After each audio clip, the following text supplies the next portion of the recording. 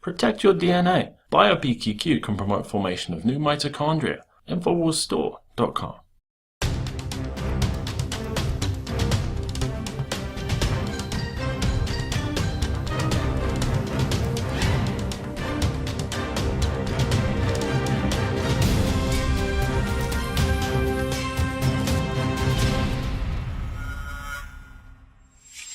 Welcome to the Infowars Nightly News. I'm Darrin McBreen. It is Thursday, March 5th, 2015. Here's a quick look what's coming up. Tonight, Israel reportedly seizes Iranian weapons hours after Netanyahu's congressional speech, and how the mark of the beast is closer than ever. That's next on the Infowars Nightly News.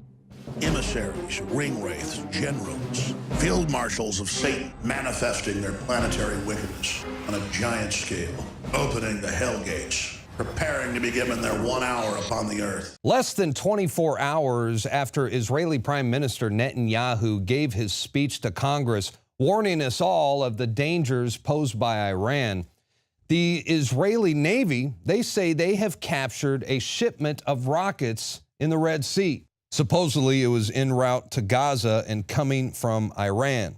IDF spokesman Lieutenant Colonel Peter Lerner said the ship was flying under the Panama flag.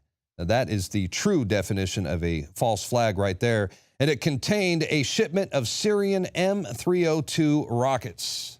The Israeli military estimates that Hamas has amassed an arsenal of some 10,000 rockets since Israel withdrew from Gaza in 2005. The newest addition to Hamas's rocket arsenal is the Syrian-made M302, with a range of 93 miles. Meanwhile, as Israel increases air raids on what it says are underground tunnel networks, rocket sites, and militant leaders, the health ministry in Gaza reports that at least 101 Gazans have been killed, including numerous civilians. Now, even though they captured this shipment of rockets, they obviously didn't get them all right? I mean, Hamas could still launch rockets from the Gaza Strip into Tel Aviv and even Jerusalem. And according to the Israeli Navy, Iran is the one supplying Hamas with this arsenal. So very dangerous developments indeed.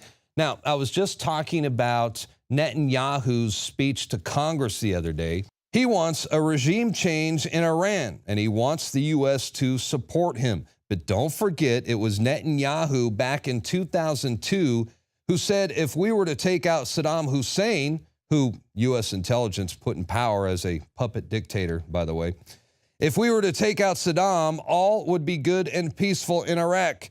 He said there would be enormous positive reverberations on the region. And of course, this was echoed by the neocons in the U.S. and by the Bush administration. But flash forward to modern day times, and what a mess. Since the capture and execution of Saddam Hussein, there's been death, chaos, tremendous instability in the region, and worst of all, the emergence of ISIS. A top member of the jihadist group that the US government and NATO armed and funded in the overthrow of Colonel Gaddafi back in 2011 is now leading ISIS forces in Libya. Once again, the growth of ISIS can be traced directly back to our government's insane policy of aiding terrorists who went on to join ISIS after the destabilization of the secular governments in Libya and Syria. Abdel Hakim Belhaj, seen here meeting with Senators John McCain and Lindsey Graham, was the emir of the Libyan Islamic Fighting Group, LIFG, an organization affiliated with Al-Qaeda and the Taliban, which killed US troops in Iraq and Afghanistan. In 2011, I wrote a series of articles pointing out that the US and Britain were directly supporting jihadists like Belhaj in an area in Libya which West Point warned was the world capital for Al-Qaeda suicide bomber recruitment. We were supporting these people to overthrow Gaddafi when Tripoli fell with the aid of British and American cruise missiles. These same terrorists got access to nuclear material, deadly chemicals, and 30,000 shoulder-fired rockets. After being handed power, these same terrorists flew the Al-Qaeda flag over courthouses in Benghazi. the same flag now being flown by ISIS militants. They impose Sharia law, while transforming Libya from a relatively prosperous and thriving nation into a brutal hellhole run by tribal warlords and jihadists. And our governments helped them do it. Some of these same terrorists were then airlifted into Syria by our allies to join the ranks of jihadist rebels in the effort to topple the Assad government, which of course led to the birth of ISIS in the region. And even as the US continues to support so-called moderate rebels in Syria, thousands of them are defecting to the Islamic State. The Citizens Committee on Benghazi report concluded that the United States was involved in, quote, knowingly facilitating the provision of weapons to known al-Qaeda militias and figures, including Belhaj, and that if the US, quote, hadn't been helping to arm al-Qaeda militias throughout Libya, the attack on the US consulate wouldn't have occurred a year later. The White House armed, funded, militarily aided, and gave political office to the guy now leading ISIS terrorists in Libya. So we keep hearing this line in the media over and over again. How do we stop ISIS? Do we need to send in ground troops? How about this? How about you stop arming and funding fucking bloodthirsty terrorists in the first place? How's that for a novel idea? How about you stop destabilizing secular governments and replacing them with gangs of jihadist lunatics? How about we find out why the hell ISIS keeps receiving these accidental airdrops of weapons caches from British and American planes? ISIS is now threatening to send 500,000 immigrants from Libya to cause chaos on the streets of Europe. The Islamic State continues to butcher Christians and Muslims across the region. And all because our governments supported these subhuman scumbags from the very beginning. Iraqis have evidence U.S. arms Islamic State terrorist. Do we have that clip ready? Iraqi Prime Minister says he will release documents soon. The head of the Badr organization in Iraq told Parliament on Thursday he has evidence the U.S. is arming the Islamic Army, according to a report carried by the Arabic language newspaper. And it goes on from there.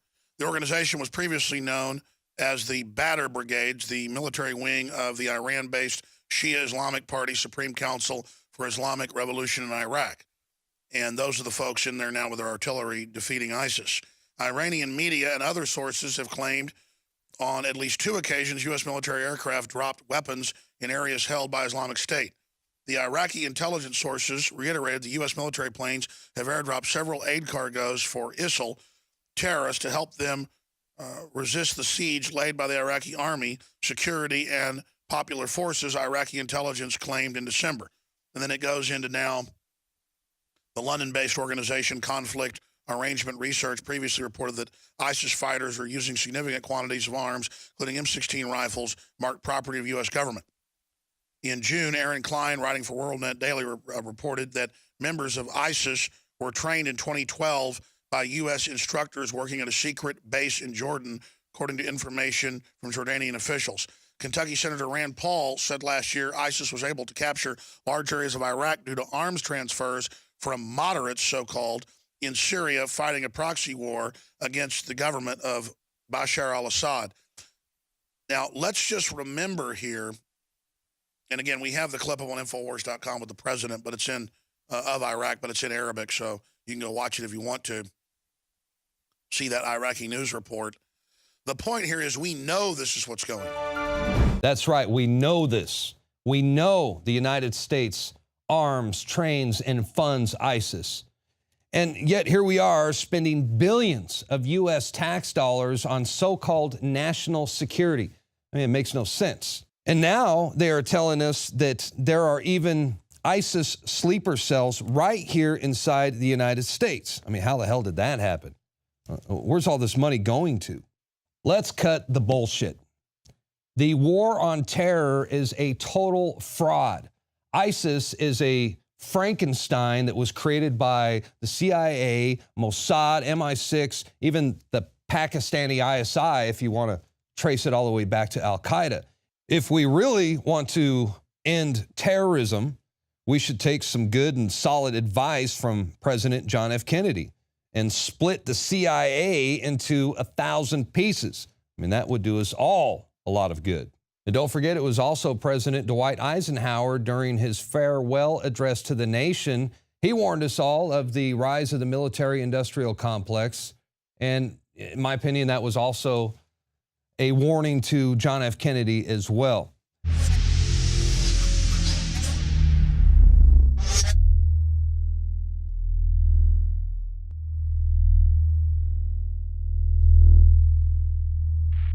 Used since before the days of the Roman Empire to support the body's natural systems and enhance overall health. Introducing the new InfowarsLife.com oil of oregano formulation, a highly advanced nutraceutical form of this key herb that has been traditionally used by civilizations for thousands of years to promote health. We have now procured the most high quality and potent forms of oregano oil on the market, sourced from top leading manufacturers to ensure a concentrated level of bioactive ingredients. Extracted directly from the wild herb and sealed in easy-to-use capsules, you will no longer need to endure the burning of liquid oregano on the tongue. Wild crafted from the Mediterranean oregano species that experts agree is one of the most powerful and most challenging to acquire.